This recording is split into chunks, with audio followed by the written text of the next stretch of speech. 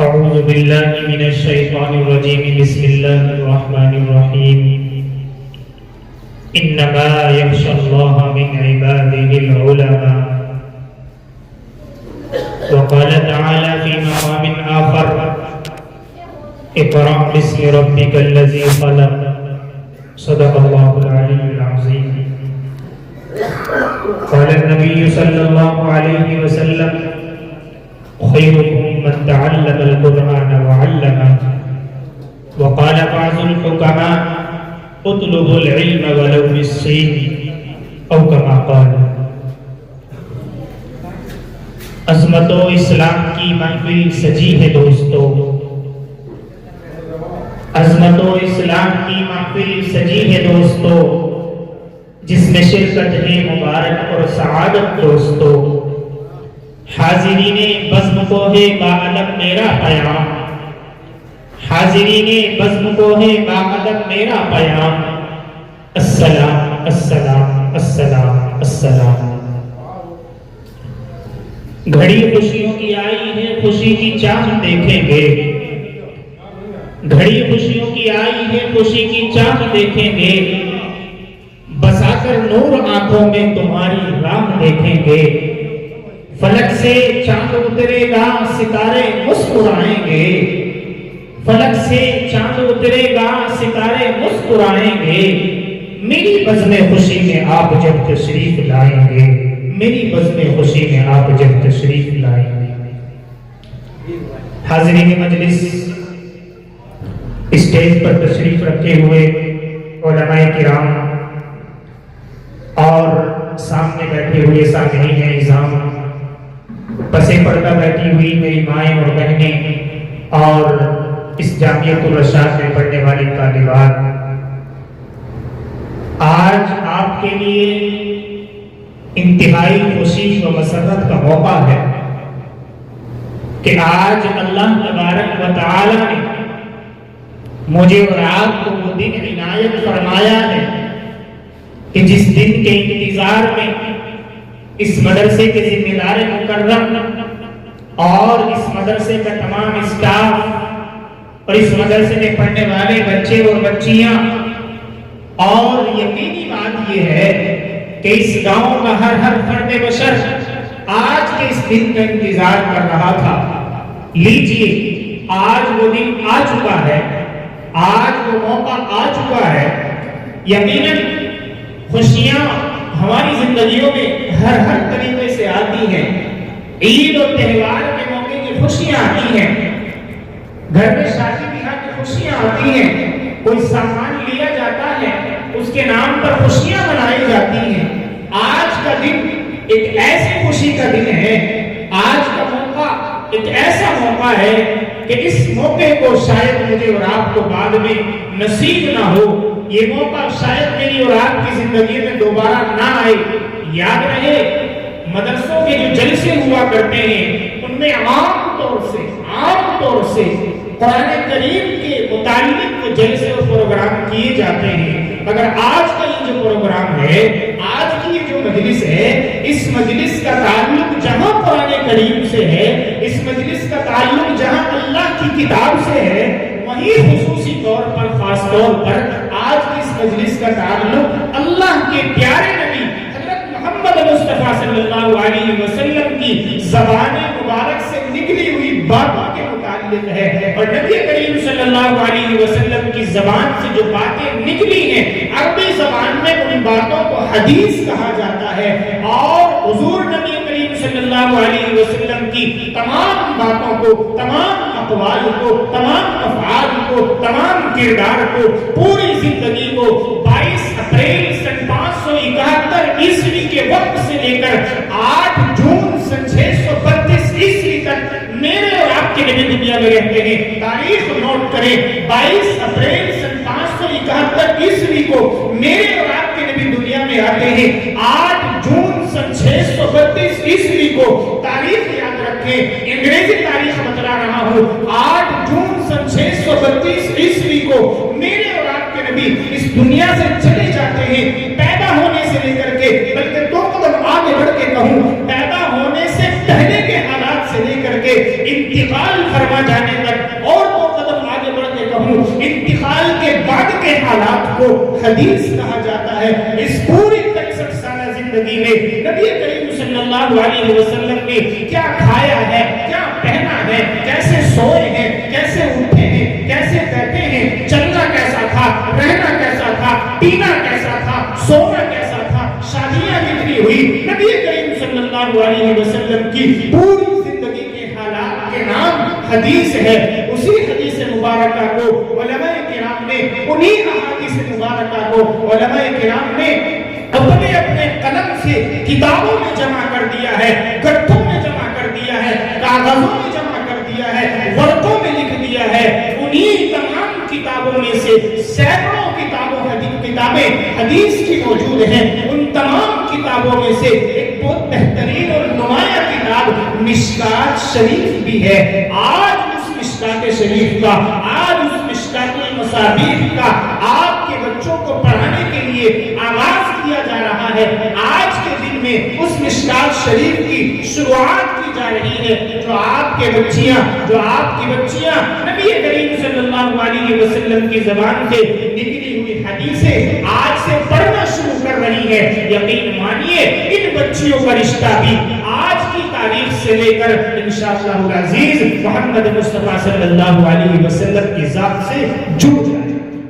آج کے دن سے آپ کی بچیوں کا رشتہ نبی کریم صلی اللہ علیہ وسلم کی ذات سے جڑ جائے گا۔ کتنے خوش نصیب ہیں وہ لوگ کہ جس شخصیت کے لیے زمین بنائی گئی ہو، جس شخصیت کے لیے آسمان بنایا گیا ہو، جس شخصیت کے لیے پانی بنایا گیا ہو، زمین سے لے کر عرش معلیٰ سے لے کر تحت الثری تک ہر چیز کو جس شخصیت عالیہ باقالیہ کے لیے بنایا گیا ہو، جو شخصیت وجہ کائنات ہو، جو شخصیت ریزن آف ورلڈ ہو، اس شخصیت عالیہ باقالیہ کے لیے، اس شخصیت عالیہ باقالیہ سے آج میری اور آپ کی بچیوں کا رشتہ جڑنے جا رہا ہے۔ آج میری اور آپ کی بچیاں اس شخصیت عالیہ باقالیہ سے اپنے آپ کو جوڑنے جا رہی ہیں۔ مشکات شریف کا آج آپ کے مدرسے میں آغاز ہونے جا رہا ہے۔ آج آپ کی بچیاں مشکات شریف پڑھنا شروع کر رہی ہیں۔ یہ حدیث کی وہ کتاب ہے جس کو لکھنے والے 2 حضرات ہیں۔ یہ تاریخ مشکات شریف کی میں اپنی زبان سے بتاؤں تو شاید اچھا نہ لگے۔ جو علماء کرام یہاں آئیں گے وہ اپنی زبان سے انشاءاللہ آپ حضرات کو مشکات شریف کی تاریخ بھی بتلائیں گے، مصنفین کے حالات بھی بتلائیں گے۔ اسی طریقے سے انشاءاللہ العزیز یہ پروگرام اپنی کامیابی پر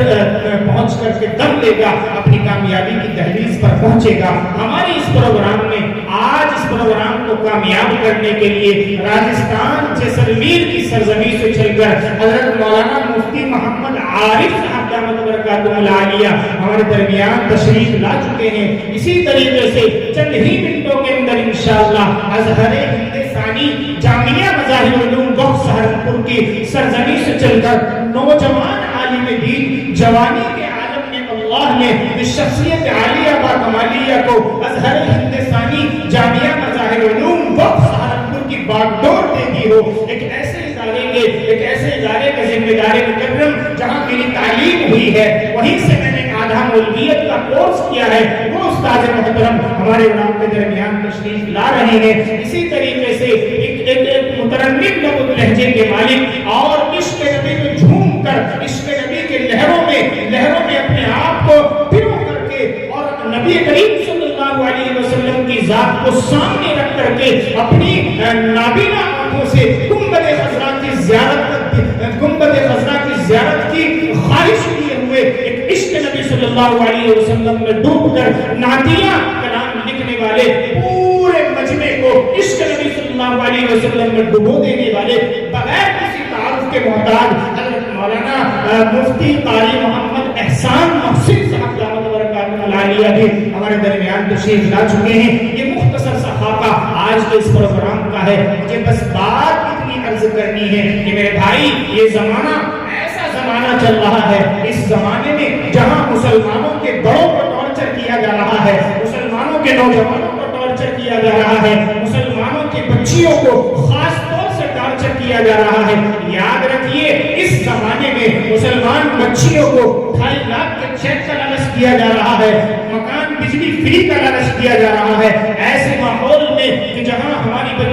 سینوں سے ایمان اور اسلام نکالنے کی کوشش کی جا رہی ہو، ایسے زمانے میں اپنی بچیوں کو تعلیم دینا میرے اور آپ کے اوپر فرض ہو گیا ہے، اور تعلیم بھی دونوں دی جائے، دنیاوی تعلیم بھی دی جائے، دینی تعلیم بھی دی جائے۔ قرآن کریم کی آیت میں اگر غور کریں گے، قرآن کریم کی آیت میں اگر غور کریں گے تو اس نتیجے تک پہنچیں گے کہ اللہ نے سب سے پہلے قرآن کی جو آیت میرے اور آپ کے نبی کے سینے مبارک پر نازل فرمائی تھی وہ یہی تھی کہ قرآن بسم ربک الذی خلق، انسانوں کو سب سے پہلے تعلیم دی جانی چاہیے، انسان کا سب سے پہلا کام تعلیم حاصل کرنے کا ہے۔ اگر کسی آیت میں اگر غور کریں گے تو اس نتیجے پر پہنچیں گے کہ اللہ نے وہ تعلیم حاصل کرنے کا حکم دیا ہے کہ جس تعلیم کے بعد انسان کو اللہ کی پہچان ہو جائے، جس تعلیم کے بعد انسان کو اللہ کی پہچان ہو جائے۔ اقرأ بسم ربک الذی خلق، اے انسان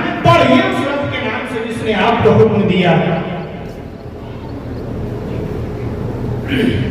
کہ اے انسان پڑھیے اس رب کے نام سے جس نے آپ کو بنایا ہے، جس نے آپ کو پیدا کیا ہے۔ ہم اپنے بچوں کو اے سے لے کر زیڈ تک پڑھائیں، ہم اپنے بچوں کو دنیاوی تعلیم جتنی چاہے دے دیں، مگر میرے بھائی دینی تعلیم سے بچوں کو آج کے زمانے میں 95% کوڑا رکھا جا رہا ہے، 95% بچوں کو دینی تعلیم سے دور رکھا جا رہا ہے۔ ہم اگر اپنے بچوں کو دینی تعلیم نہیں دیں گے، یہ مکمل نماز نہیں پڑھ سکتے ہیں، ہم اپنے بچوں کو دینی تعلیم نہیں دیں گے، یہ قرآن نہیں پڑھ سکتے ہیں، ہم اپنے بچوں کو دینی تعلیم نہیں دیں گے، یہ زکات کا حساب نہیں لگا سکتے ہیں، اللہ کی ناراضگی کا سبب ہو رہا ہے دینی تعلیم سے دور کرنا۔ اور ہم اپنے بچوں کو دنیاوی تعلیم دے رہے ہیں، دنیاوی تعلیم کا نتیجہ میرے اور آپ کے سامنے نکل کر کے آ رہا ہے۔ لڑکوں کو جو دنیاوی تعلیم دی جا رہی ہے وہ 5ویں کلاس تک دی جا رہی ہے، اور تھوڑا سا آگے بڑھ جائیے تو 8ویں کلاس تک دی جا رہی ہے، اور تھوڑا سا گھر کے حالات مضبوط ہوں تو 10ویں کلاس تک تعلیم دی جا رہی ہے، اور تھوڑا سا ماں باپ تھوڑا فائنینشلی اعتبار سے اور مضبوط ہوں تو 12ویں کرا رہے ہیں،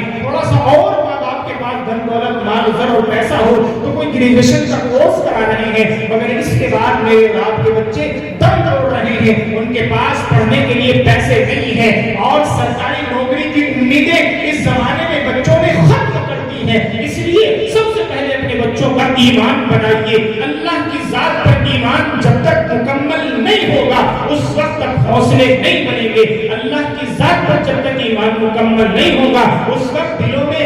دلوں کا ایمان مضبوط نہیں ہوگا، ہمتیں نہیں آئیں گی۔ بچیوں کو جو تعلیم دی جا رہی ہے اس کی کنڈیشن بھی کچھ اسی طرح کی ہے، مگر مبارکباد کے مستحق ہیں میں اور آپ کہ آج کے زمانے میں اس 21ویں صدی میں علماء کرام بیچارے ایک ایسی جماعت ہوتی ہے جو رات دن امت کی بدحالی کو دور کرنے کے لیے قربانی دیتی رہتی ہے،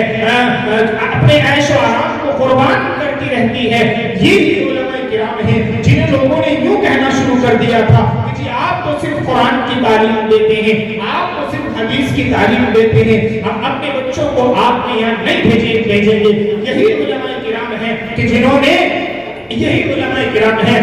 نے امت کے اس اعتراض سے بچنے کے لیے آج مدرسوں کو اسکولی شکل دے دی ہے، اسکول پلس مدرسہ کر کے چلا رہے ہیں۔ یہ ہمارے لیے خوشی کی بات ہے کہ آپ کے گاؤں کی اس دھرتی پر بھی یہ جو جامعہ الرشاد آج سے لگ بھگ 7-8 سال پہلے جس کی بنیاد رکھی گئی تھی، 3 شہر میں یہ مدرسہ ایک ایسی شخصیت نے شروع کیا تھا، وہ شخصیت کسی تعارف کی محتاج نہیں ہے، اس شخصیت نے جامعہ الرشاد کے نام سے اس ادارے کی بنیاد ڈالی ہے۔ آج بھی ہم اللہ تعالیٰ ایک اچھے خاصے ہال کے ساتھ ایک مکمل مدرسے کی شکل اختیار کر کے یہ جامعہ الرشاد کی بلڈنگ آپ کے سامنے کھڑی ہوئی ہے۔